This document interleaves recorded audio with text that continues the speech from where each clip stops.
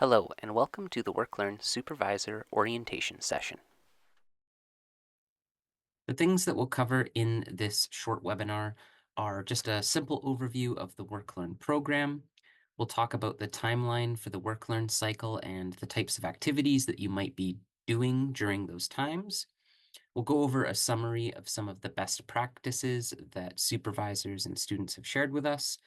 We'll talk a little bit about what site visits are and some of the survey findings to give a little bit more information about the program. And then finally, we will wrap up with some program resources and contact information for the WorkLearn program. So the goal of this session is really to help WorkLearn supervisors like yourself make the most of your students' experiential learning in the role. The WorkLearn program supports and subsidizes meaningful work experiences on campus that offer the opportunity for all UBC students to develop their professional skills and learn in a work environment. And as the primary supervisor for a student, you're going to have a really big impact on how much a student learns and how they grow and reflect in the position. And we're hopeful that this training will give you some resources and sort of a general overview of things to be thinking about at the times that they might come up. So the opportunities that WorkLearn provides are many. There's research and non-research related roles. These are opportunities that provide professional mentorship, guidance, support, and supervision from UBC faculty and staff and or community partners. The whole purpose of WorkLearn is that students are, of course, able to work, but also learn in the job. And that learning can look like a lot of different things. But we think about the experiential learning outcomes as really kind of focused around these 6 key elements. And those are to enhance career learning, to develop transferable and professional skills, to build and expand their professional and peer networks, to apply disciplinary and academic knowledge, to contribute back to the broader campus community, and to receive exceptional supervision. WorkLearn has 2 cycles. There is a summer program and the winter program. For the purposes of this webinar, I'm going to be mostly talking about the summer cycle as an example, but you would be able to do all of these same things in the winter, just maybe stretched out over the 8 months instead of the 4 months of the summer term. So the summer program is May 1st to August 31st, and the winter term is September 1st to April 30th. The key difference between the summer and the winter versions of WorkLearn is that in the summer, students are able to work up to a maximum of 20 hours a week, and in the winter, it's capped at 10 hours a week. Because the winter term, September to April, is as long in terms of the number of hours as the summer term, that equals out to 300 hours for each the summer program and the winter program, total hours that students are able to work. So let's take a closer look at this timeline. If we're talking about the summer cycle, so May 1st to August 31st, in March and April is going to be when the recruitment and hiring is happening. So student recruitment, all the jobs will be posted on Careers Online, and you'll start to be receiving applications from students. You'll, of course, be doing some interviewing and hiring, which includes sending offer letters to students that stipulate the exact terms of their employment with you, and then submitting a student appointment in Workday. We have resources to support each one of these steps. And really, that's the main thing that I want to highlight with this webinar is that there are templates and resources that WorkLearn has available to supervisors to help get you started with each part of these processes. If you look in the video description, you'll see all of the links organized, but I also highly recommend that you bookmark the supervisor resources page that we have available, where you can see all of the templates, all of the webinars like these, and all of the resources that we have available to supervisors. So March and April is really all about getting ready for the upcoming term. And of course, if you're familiar with hiring students, you're always thinking a few months ahead because there's always another thing to kind of get started. So May is really when you're going to be welcoming students into the role. So I would think of May or also September, October if you're thinking about the winter term. These are really the onboarding and orientation weeks or months. Um, Now, an orientation can include a lot of different things. So this is a good point to be thinking ahead of time about what might be necessary for students to know and to be able to do in order to do their work well. It doesn't all have to be trained and taught on the first day or in the first week, but it's really helpful to kind of just come up with a training plan and and start collecting materials and supplies that you'll need to successfully onboard a student. We have a WorkLearn Fundamentals Canvas course available to all WorkLearn students. All they need is a CWL to self-enroll. You can also self-enroll in the course to see the content if you'd like. And similar to this webinar, it's sort of tracking the life cycle of a WorkLearn student from applying to jobs all the way to getting themselves oriented and beginning to reflect and even wrapping up their role. It's a really great resource to send to your students to have a kind of a foundational layer of training available to them to be thinking about working in these different professional environments and talking about things like expectations with their supervisor. Um, it's also the time of year to be thinking about the HR training and onboarding documentation. So of course, there's always the workday and sort of the HR elements, the administration of hiring a student, but also thinking about making sure they know how to submit hours, um, documenting their projects, making your expectations around the hours and how they're working those and how they're communicating what they're working on to you. Also, it's an opportunity to just get to know your students and to begin just having some check-in conversations to learn more about what their professional goals are, what are their preferred ways of working or communicating. And that leads into setting expectations and the learning objectives or project objectives for the term. A lot of the time when we hear from supervisors or from students where things are maybe not going as expected in the workplace, it's where there was no explicit conversation around setting expectations. So sometimes both the student and the supervisor are unclear about what's actually expected of the student. And we find a lot can be solved just by having some initial conversations about what both parties expect, how they're going to communicate and work well together. It does take some time, and obviously there's always lots of work to do and lots of progress to be made on projects. But we think this is a really critical time to set the right expectations, set the tone, make sure everybody's on the same page to avoid some problems that could come up later on in the term. Issues, especially around miscommunication, are always harder to solve after they've been going on for a while versus knowing upfront what kinds of communication, for instance, might work well or not for your students. So May really is kind of all about getting started in the role, which means June and July are really about managing the student work and making sure that things are going according to plan and that students have the support that they need. So again, in the winter term, this would be kind of the middle months, let's say like October until kind of March, where it's really the main chunk of the work time that the students are doing. There's lots of different things, of course, that involve you in the supervision of a student during this time. But it's a really great idea to be setting regular check-ins and reporting structures for your student.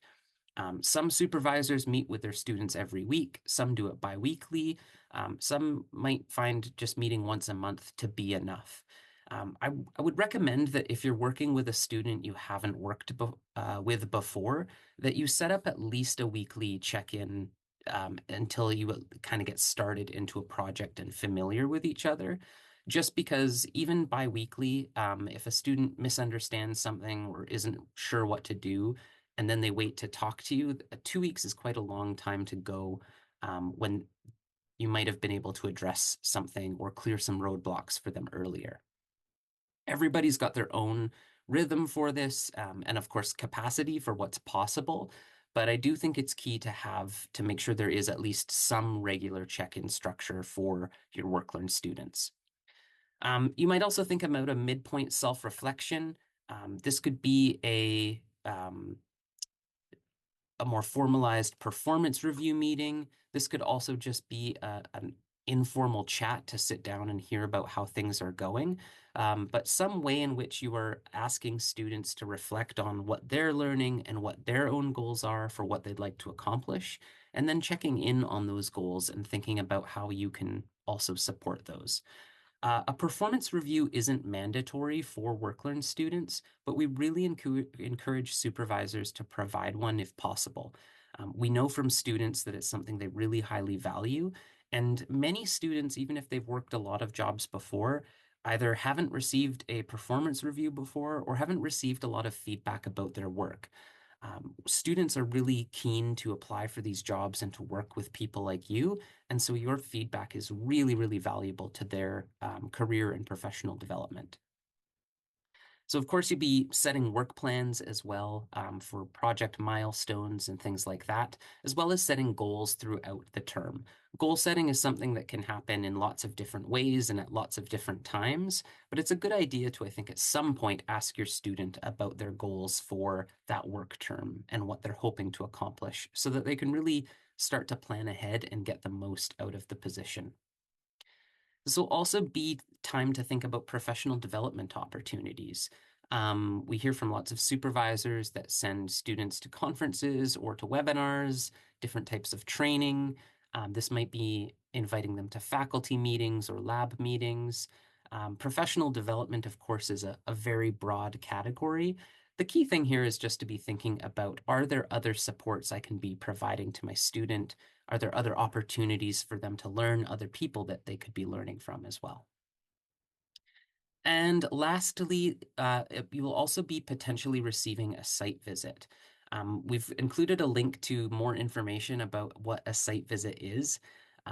But essentially, once a term, twice a term in the winter cycle, WorkLearn sends out invites to a broad range of supervisors and students to have an hour-long conversation, a half hour with the supervisor and a half hour with the student, just to check in and hear about how things are going, what kind of work the student is working on, what their reflections are.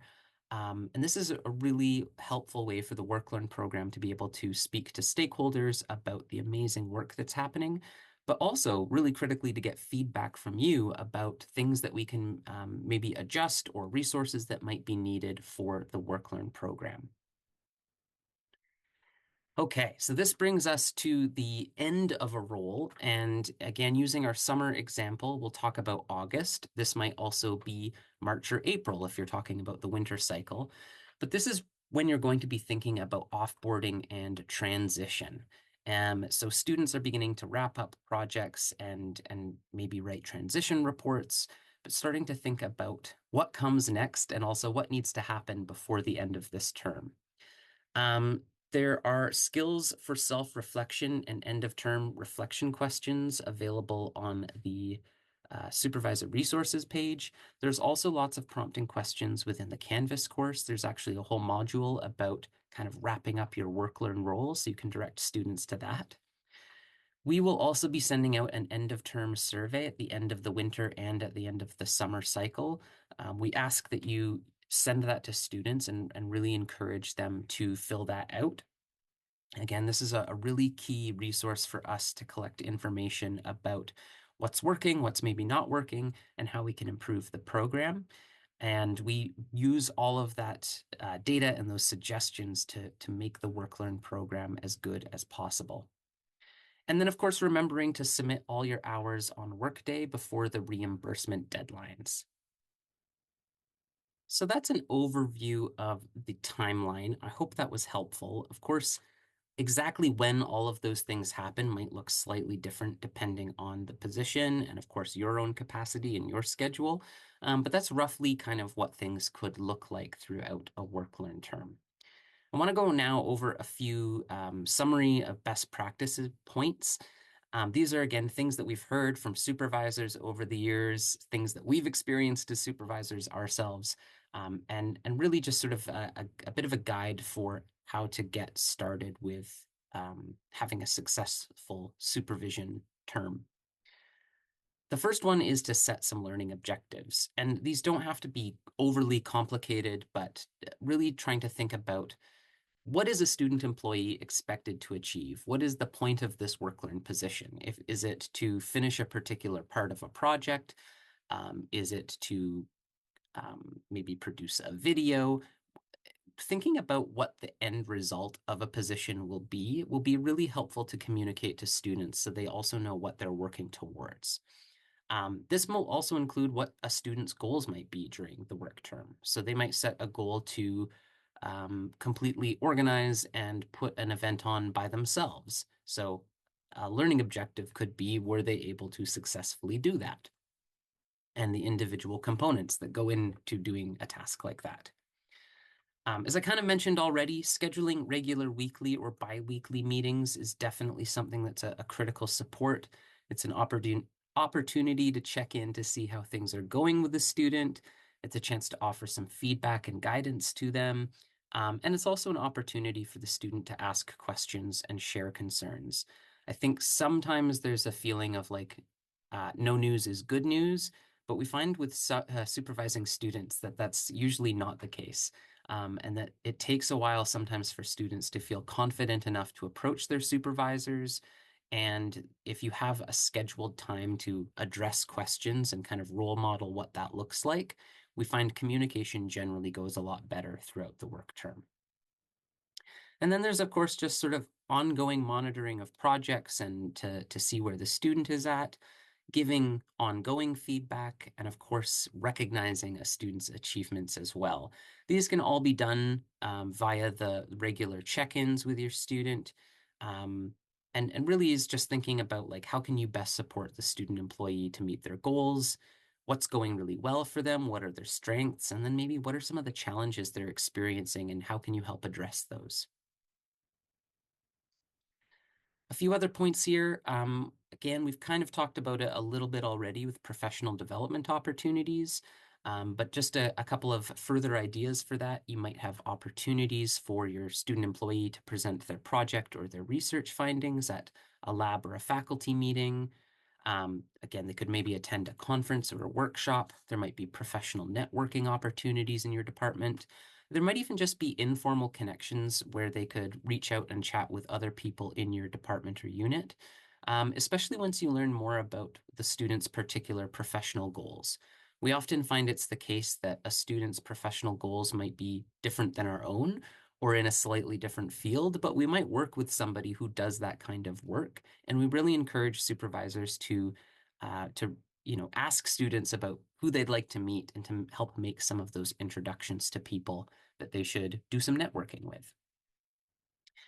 And then end of term wrap up, again, this can look like a lot of different things, and it doesn't have to be something overly organized or super formal, but an opportunity for some kind of self-reflection for the student, completing some end of term reflection questions.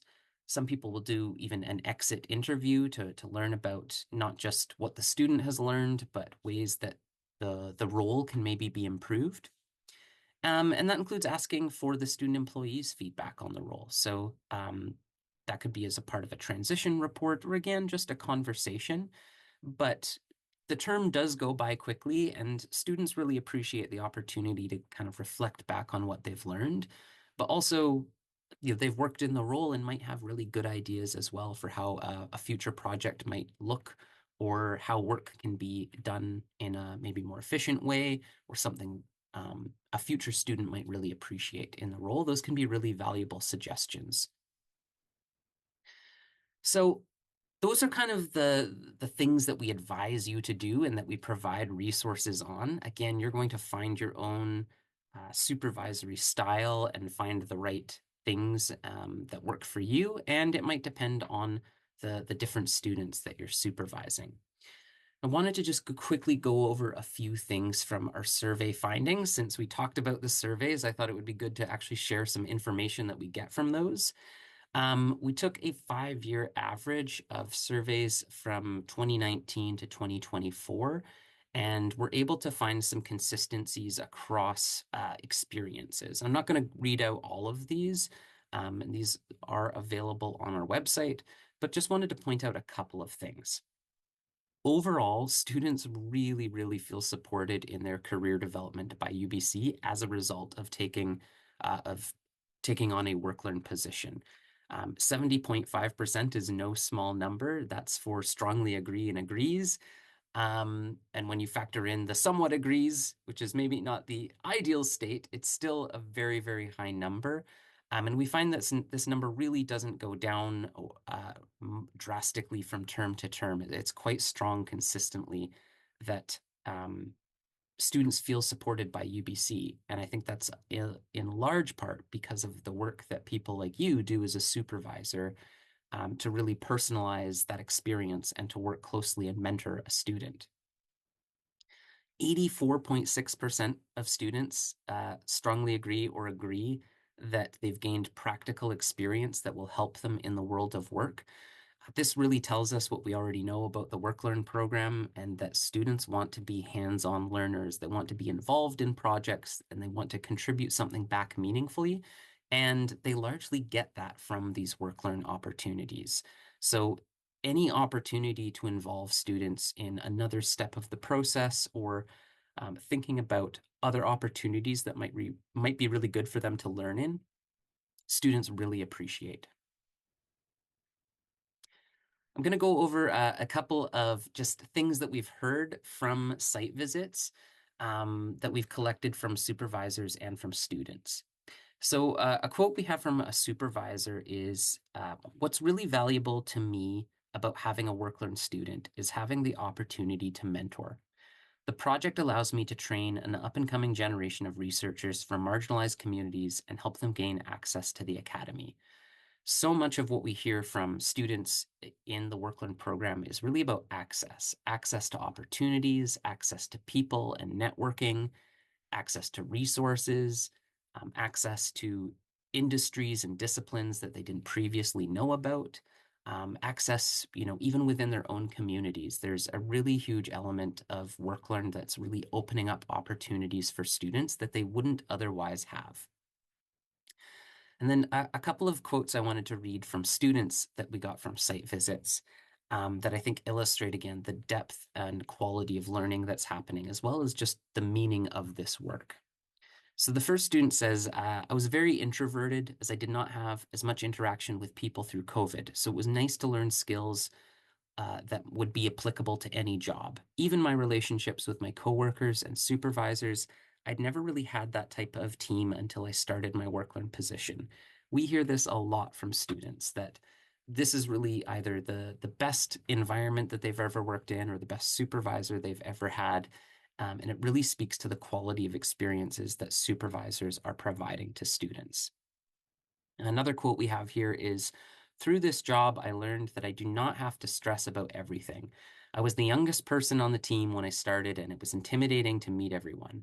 I learned that I can just communicate where I'm at and ask for what I need as things come up. This is another thing we hear a lot of is students feeling confident to speak up and to ask questions and to be a part of an actual community at UBC. And the last quote we have here is, in my work learn position, I've gotten better at making conversation. I used to spend most of the day studying by myself or being somewhat solitary, but I feel happier and more energetic after working at the desk. When I think about why that is, it's usually the conversations I get to have with my colleagues or a patron or the satisfaction I get from helping someone solve a problem. So I think this really nicely demonstrates that there's a high level of these jobs are very personal to students and they're getting a lot of skills as professionals, but it's also for a lot of students, some stability, some community, a place that feels like kind of a consistent thing that they can go to that's outside of their academic journey. Even where the jobs might connect with what they're studying, a lot of students still see a work learn job as something that is really helping them as a person and get outside of maybe their comfort zone, whether that's with interpersonal communication or even just in the types of projects and skills that they're learning. So I'm going to wrap up here with some program resources. We've talked about a lot of things, and again, all of these links can be found in the video description. They can also be found on the Supervisor Resources webpage. All of those links are below this video. If you need any further support on supervising work-learn students, there's a few things that we kind of point to first. We have the faculty and staff WorkLearn website. This is a web page that has all of the important program information, everything about the funding cycles, applying for funding, appointing students, all of that good stuff is there. And then we also have the supervisor resources page that I mentioned that has all of the templates and documents that you can download and use. You can edit and adapt those as you need as well. We also encourage you to look at the UBC Respectful Environment Statement. This is a really important overarching piece of policy that covers work-learn students, but covers everybody at UBC. And I think it's just something that's very good that everybody's clear about, both supervisors and students. There's also the UBC HR Employee Student Handbook. UBC HR produced this great resource that has a lot of information about some of the HR aspects of supervising students. And then we have the BC Employment Standards Act as well. That is the legislation that covers all work in British Columbia. This is the employment law that we must all follow. And especially for students who are maybe coming from other provinces or from other countries, they may not be familiar with this. So it's really important, again, that supervisors and students have access to the BC Employment Standards Act and are familiar with its sort of overarching premises and its content. And lastly, it's a really good idea to have your HR contact. If there's any workplace-related issues or payroll queries and department-related policies, these are questions that need to go to your HR department. WorkLearn provides funding and we provide resources, but every unit across UBC also has its own HR department or HR person that can help you with those pieces related to human resources type questions. If you're unsure about something or where to go, you of course can reach out to the WorkLearn office and we'll advise as best we can, but often we are advising back to your HR representative because they're the person best positioned to help you, and they'll also be familiar with all the policies that are particular to your unit and department. Thank you so much for listening to all of that. I hope that you found this helpful. We have more recorded webinars as well as some live webinar opportunities posted on the Supervisor Resources page. So again, make sure you bookmark that and you'll see updates there. If you have any follow-up questions, you can reach out to the WorkLearn program at work.learn@ubc.ca. And thank you so much for your time in listening to this.